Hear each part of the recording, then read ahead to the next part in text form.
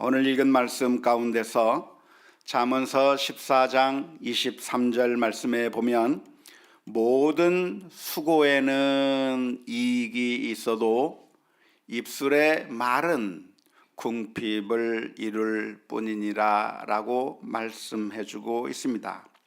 수고하면 이익이 생기지만 말만 한다고 하면 말만 하는 것으로서는 이익을 얻을 수가 없고 궁핍하게 될 것이라고 하는 그런 말씀인 것이죠.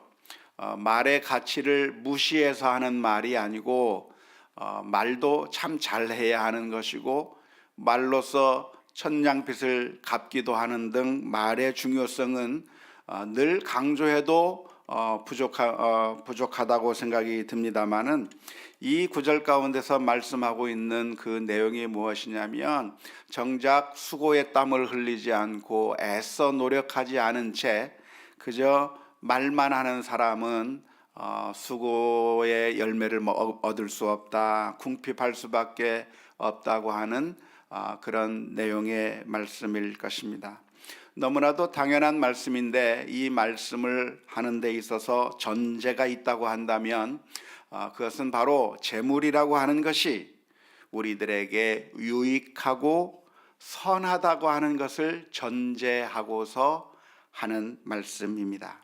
만일 재물이 유익하지 않다고 한다면, 만일 재물이 우리들에게 해가 된다고 한다면 재물을 얻기 위해서 애쓰지 마라 라고 권면을 하시겠죠.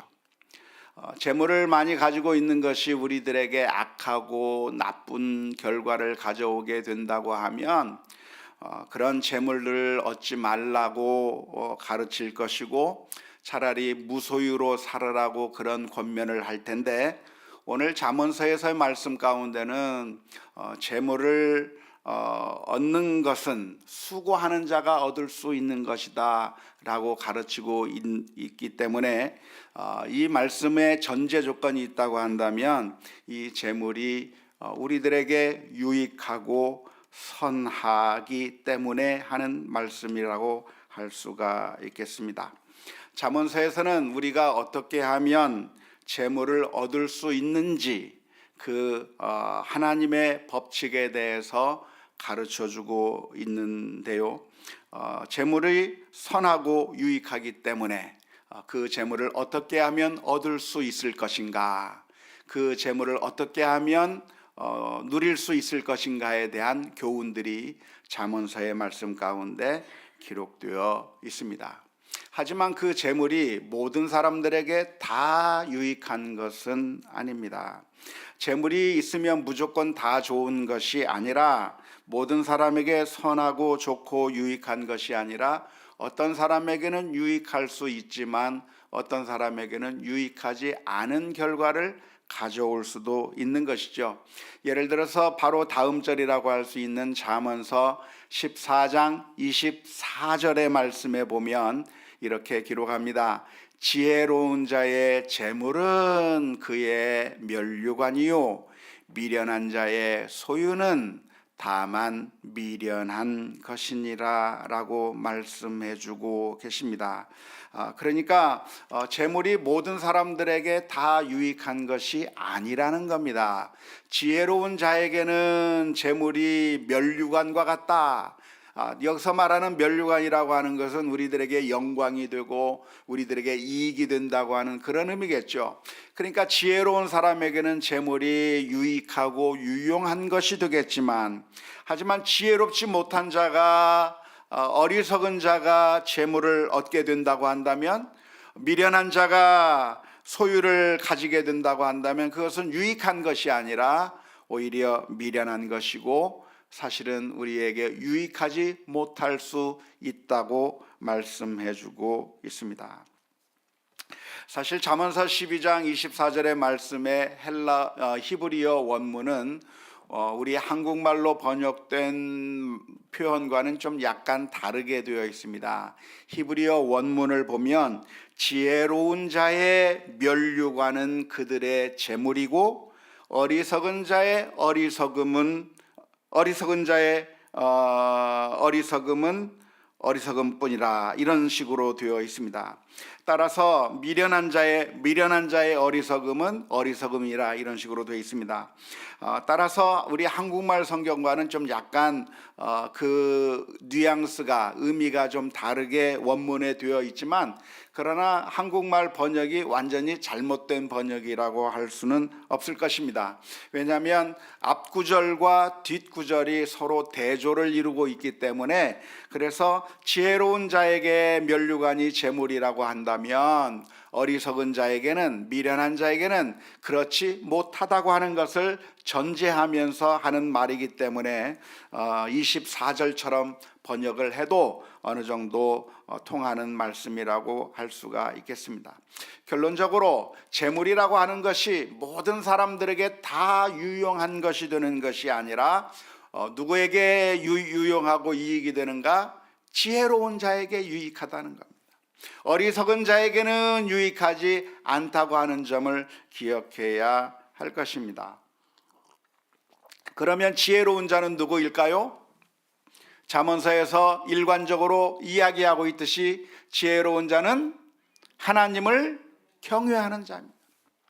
하나님을 경외하는 자, 하나님을 두려워하는 자, 하나님이 있다고 하는 사실을 인정하고 그 하나님 앞에서 자신의 행동을 살필 수 있는 자에게는 재물이 유익한 것이 되겠지만, 어리석은 자는 누굽니까? 하나님이 없다고 생각하는 사람, 하나님을 믿지 않는 사람, 하나님을 두려워하지 않는 사람은 어리석은 자요, 미련한 자라고 할 수 있겠는데, 그런 사람들에게는 재물이 유익이 되는 것이 아니라 결과적으로 망하게 만드는 것이고 결국은 해악이 될 수밖에 없다고 하는 그런 의미의 말씀이 될 것입니다. 재물이 아무리 많이 있다고 할지라도 하나님을 두려워하지 않는 자들에게는 그 재물이 무익한 것이 되는 것이죠. 미련한 자, 어리석은 자들에게는 패망의 수단이 되는 것이고, 지혜로운 자에게는 생명의 수단, 행복의 수단, 기쁨의 수단이 되는 것이고 하나님의 은총을 체험하는 수단이 되는 것일 겁니다. 똑같은 칼이라고 할지라도 그 칼이 누구의 손에 들려졌느냐에 따라서 다르게 사용되는 겁니다.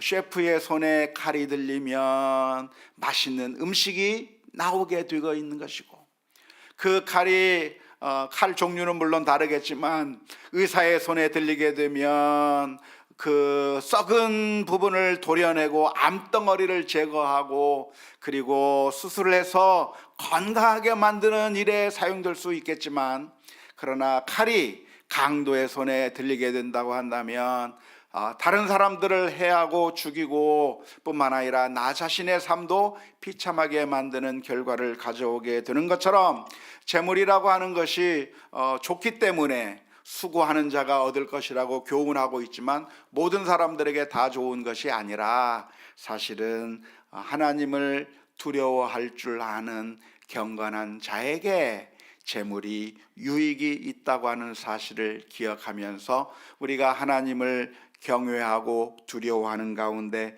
믿음으로 살아가는 결단이 있을 수 있기를 주님의 이름으로 축원합니다. 그러면 그 재물을 어떻게 얻을 수 있겠는가? 23절의 말씀은 우리가 너무나도 잘 알고 있는 간단한 원리를 말해주는 겁니다. 재물을 어떻게 얻습니까? 수고를 통해서 얻는 것이죠. 수고를 하면 이익이 있겠지만 수고를 하지 않고 땀을 흘리지 않고 말만 하는 자는 궁핍에 이를 수밖에 없다고 하는 것인데요, 이것이 물질과 관련된 하나님의 법칙이라고 할 수가 있겠습니다. 어떻게 좋은 결과를 가져오는가? 열심히 노력해야 하는 것이죠. 아침부터 저녁까지 땀을 흘리며 씨를 뿌리며 농사를 지어야, 그래야 많은 수확을 거둘 수 있는 것이고요. 학생은 아침부터 저녁까지 책을 가지고 공부를 열심히 해야 좋은 성적을 얻을 수 있는 것이고요. 그리고 축구 선수는 항상 연습을 하고 쉬지 않고 노력을 해야 세계 최고의 선수의 반열 가운데 올라가게 되는 것입니다. 우리 손흥민 선수가 축구하는 것뿐만이 아니라 평상시 연습하는 그 장면이 유튜브에 이렇게 딱 촬영을 해가지고 그래서 보여주는데요. 저는 그 장면을 한번 보게 되면서 참 많은 것을 생각하게 되었습니다. 이미 세계 최고의 실력을 가지고 있는 저 선수들이 뭐가 부족하다고 경기가 없는 평일날 저렇게 선수들이 다 모여서 연습을 하고 있을까? 허들을 앞에 세워놓고 장애물을 세워놓고 그 장애물 앞에서 왼발을 들으면서 건너가고 오른발을 건너서 넘어가고 또 이쪽으로 왔다 하면서 건너가고 뛰어갔다 오고 장애물을 경기를 하고 경기가 없는 날에도 그렇게 열심히 땀을 흘리는 그런 선수들을 보면서 자, 세계 최고의 선수들이 그냥 되는 것이 아니라 정말 남들이 보지 않는 그 상황 가운데서도 최선을 다해서 연습을 하게 될 때 엄청난 결과를 가져오게 되는구나 하는 것을 알 수가 있었는데요. 하나님의 법칙은 아주 간단합니다. 땀을 흘리는 자가, 수고하는 자가 이득을 얻는 것이고, 수고하지 않고 게으르며 그저 말만 하는 자들은 궁핍에 이를 수밖에 없다고 하는 사실을 오늘 성경 말씀 가운데서 가르쳐 주고 있습니다.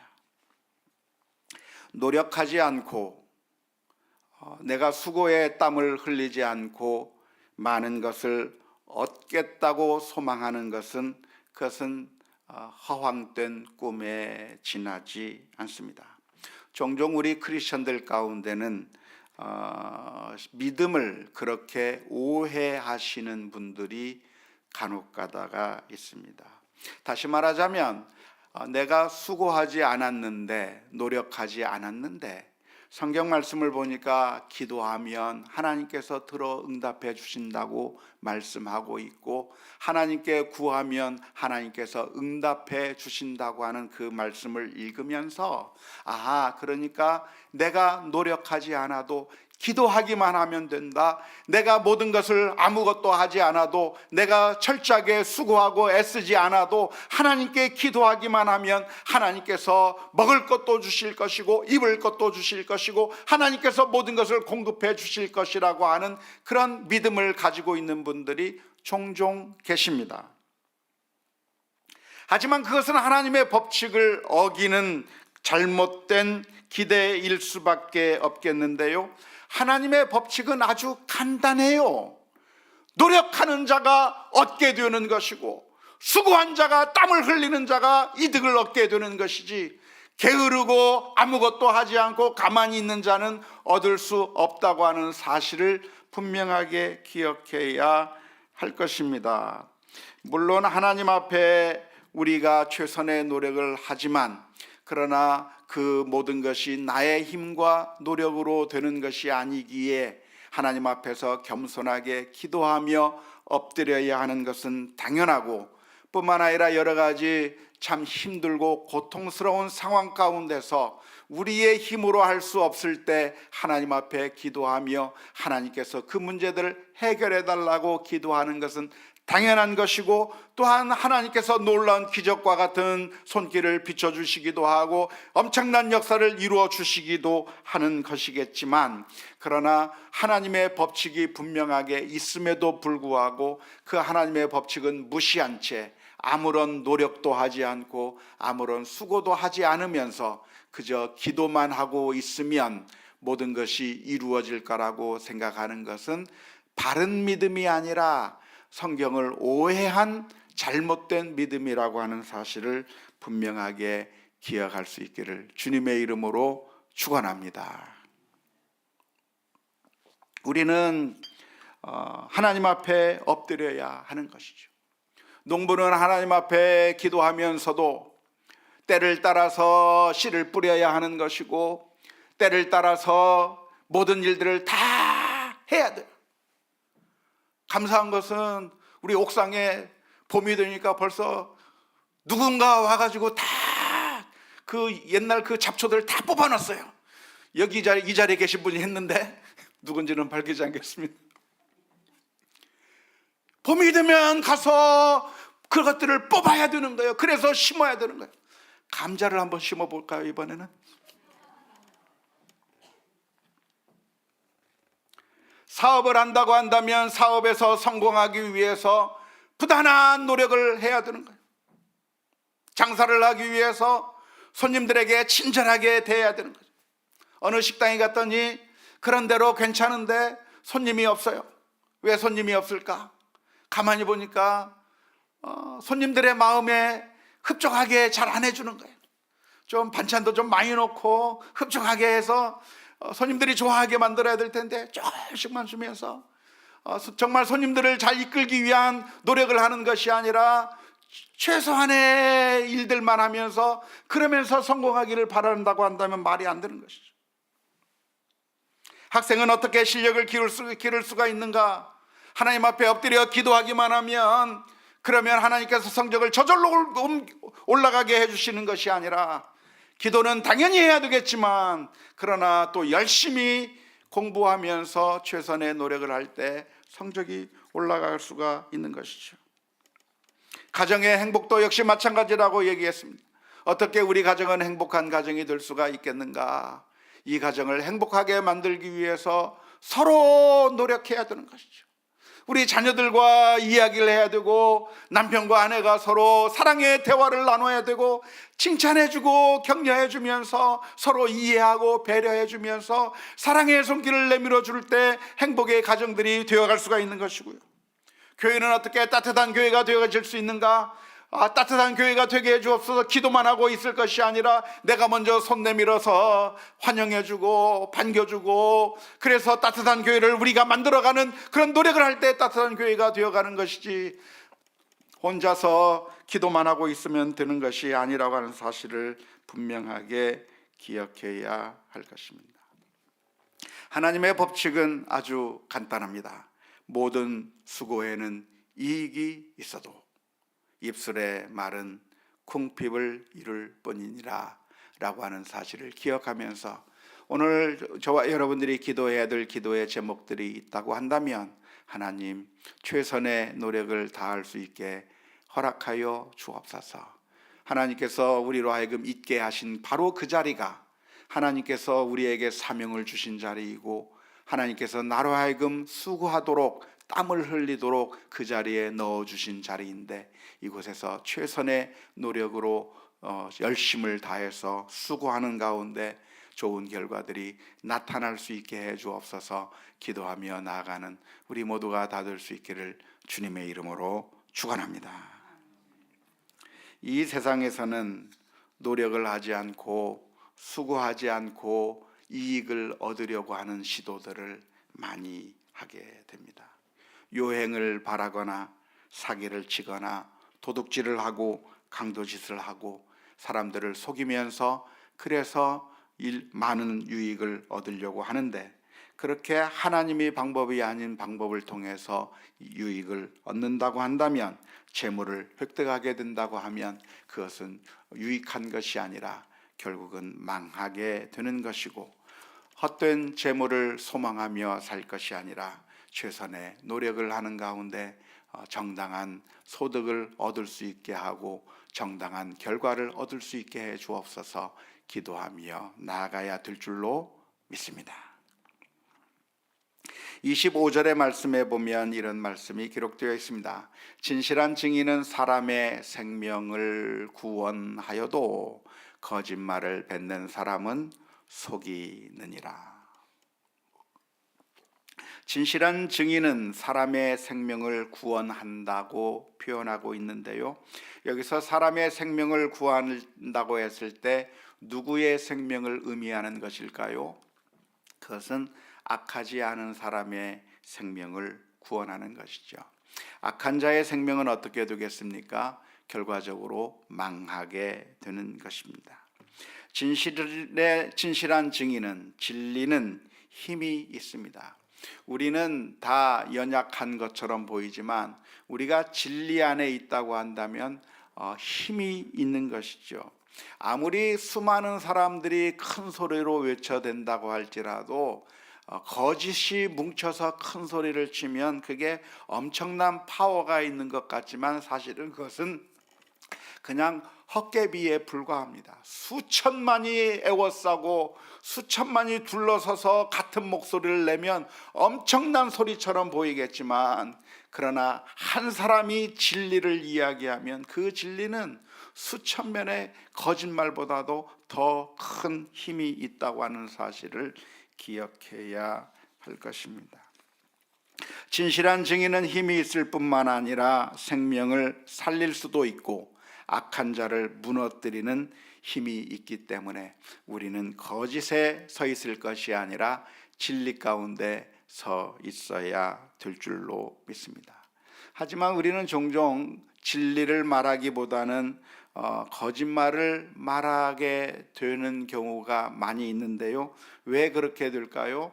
그것은 진실을 말하는 것은 굉장한 용기가 필요하기 때문에 그렇습니다. 사실 거짓말하는 게 훨씬 더 쉬워요. 진실을 말하는 것은 너무나도 힘들고 어렵습니다. 왜냐하면 진실을 말하면 우리들의 민낯이 드러나게 되고 수치스러운 것이 드러나게 되고, 그렇기 때문에 진실을 말하는 것은 더 어려운 겁니다.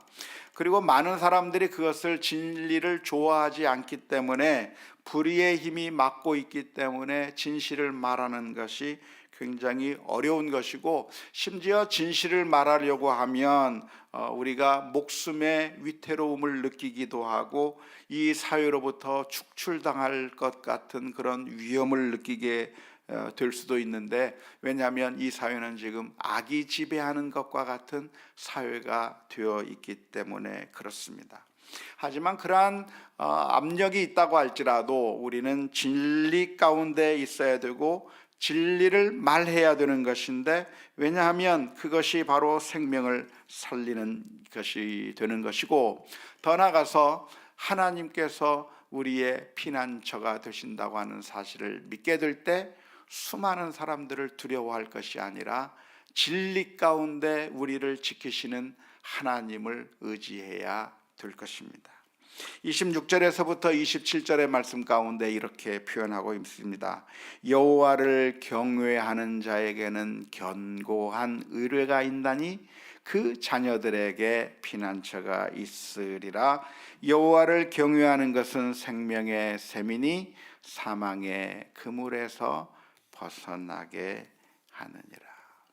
우리가 진실을 말하려고 한다고 하면 이 세상이 협박을 할 수도 있고 우리를 위협에 놓게 될 수도 있습니다. 하지만 우리는 하나님을 의지해야 합니다. 하나님께 피하는 자가 복되다고 하는 것, 안전하다고 하는 사실을 기억하면서 진리의 편에 서는 우리 모두가 다 될 수 있기를 주님의 이름으로 축원합니다. 때로는 내가 알고 있다고 하는 그 연줄 때문에, 정 때문에 진리를 말하지 못하고 거짓을 말해야 되도록 압력을 받고, 친구 사이에 압력을 받고, 이 사회로부터 압력을 받고 많은 압력을 받게 될 때가 있는데, 그 진리의 편에 서 있지 않고 거짓 편에 서는 것은 옳지 않고 진리에 서 있는 것이 사실은 참된 생명을 살리는 것이라고 하는 사실을 기억하면서 진리의 편 가운데 서야 할 것입니다. 문제는 진리가 뭐냐. 안타까운 것은 진리가 아닌 것을 진리인 줄 알고 담대하게 행하는 사람들이 너무나도 많아요. 성경 말씀을 진리 가운데 정말 사람의 생명을 구하는 것이라고 했으니까 진실한 증인이 되어야 되고 생명을 살리는 그 일을 해야 한다고 하는 그 말씀을 들어서, 그래서 이것이 진리인 줄 알고 담대하게 행동을 하는데, 알고 보면 그 사람이 알고 있는 게 진리가 아닌 게 있어요. 우리 사회에서 종종 그런 사람들이 나타납니다. 진리를 위해서 목숨을 걸어야 하는데 사실 진리가 아닌 잘못된 신념을 가지고 거짓을 진리로 착각해서, 그래서 내가 그 자기가 믿고 신념하는 것을 위해서 목숨을 내어 던지는 그런 경우가 종종 나타나게 되는 것이죠. 사이비 가짜라고 하는 그런 사이비나 가짜의 확신을 가지고, 그리고 그것이 정말 좋은 것인 줄 알고 그것이 해악이 되는 줄 모르고 거기에 목숨을 바치며 하나님께서 나를 보호해 줄 것이라고 하는 그런 믿음 가운데 담대하게 나가는 경우가 우리 가운데 많이 있을 수 있습니다. 우리는 그러기 때문에 제일 먼저 던져야 될 질문이 진리가 무엇인가에 대해서 먼저 고민하고 질문해 보아야 합니다. 진리가 무엇입니까? 우리는 그냥 내가 태어나서 환경 속에서 늘 듣던 게 그게 전부인 줄 알고 그게 진리인 줄 알고 그것에 확신이 돼서 그것을 위해서 막 투쟁을 하고 그것이 옳은 줄 알고 그것을 위해서 목숨을 바치려고 하는 경우가 너무나도 많이 있습니다. 하지만 그게 진리가 아니라 우리는 하나님의 말씀으로 언제나 다시 한번 돌아가야 됩니다. 하나님의 말씀을 묵상하면서 주님, 이것이 과연 진리입니까? 이것이 옳은 길입니까? 내가 옳다고 생각하고 나갔던 그 길이 정말 옳은 길입니까? 하나님 앞에 엎드려야 할 것이고, 성경 말씀을 묵상하는 가운데 주님께서는 나에게 무엇을 말하고 있는지 진지하게 귀를 기울여야 되는 것이죠. 안타깝게도 수많은 사람들이 성경 말씀을 읽기는 읽지만 그 하나님의 말씀을 귀 기울여 듣지 않습니다. 오히려 많은 사람들이 성경을 읽으면서 자기가 신념을 가지고 있고 자기가 확신하는 것을 동의해 줄 수 있는 그런 구절들만을 보면서, 그리고 인정하고 내 주장이 맞구나라고 그렇게 지레짐작하고 넘어가 버리는 경우가 얼마나 많은지 몰라요. 우리는 하나님의 말씀 앞에 서야 하는 겁니다. 내가 내 판단을 가지고 내가 생각하는 것이 맞다고 하는 것을 성경을 통해서 증명해내는 것이 아니라 성경 말씀 앞에서 우리 자신이 겸손하게 엎드리고 하나님께서 말씀하시는 그 말씀 앞에 겸손하게 무릎을 꿇어야 되는 것이죠. 원수를 사랑하라고 하는 그런 말씀이 있는데 그런 말씀은 아예 귀에 담아 듣지도 않습니다. 하나님께서 우리를 향해 들려주시는 그런 소중한 말씀들이 있는데 그러한 것들은 다 잊어버린 채 적대적으로 싸우면서 내가 가지고 있는 그런 신념만을 그게 진리인 줄 알고 달려간다고 한다면 그것이 잘못될 수밖에 없다고 하는 사실을 기억하면서 우리가 진리가 무엇인지 하나님 앞에 우리 자신을 늘 비추어 보고, 혹시 내가 잘못 생각한 것은 없을까? 내가 하나님의 말씀에 비추어 보아서 잘못된 판단과 잘못된 길을 걸어가고 있는 것은 없는지 날마다 하나님의 말씀 앞에 비추어 보는 가운데 참된 진리를 발견해야 되고, 진리를 발견하게 되었다고 한다면 그것이 생명을 살리는 길이라 생각하고 어떠한 위협에도 굴하지 않고 믿음으로 살 수 있는 우리 모두가 다 될 수 있기를 주님의 이름으로 축원합니다.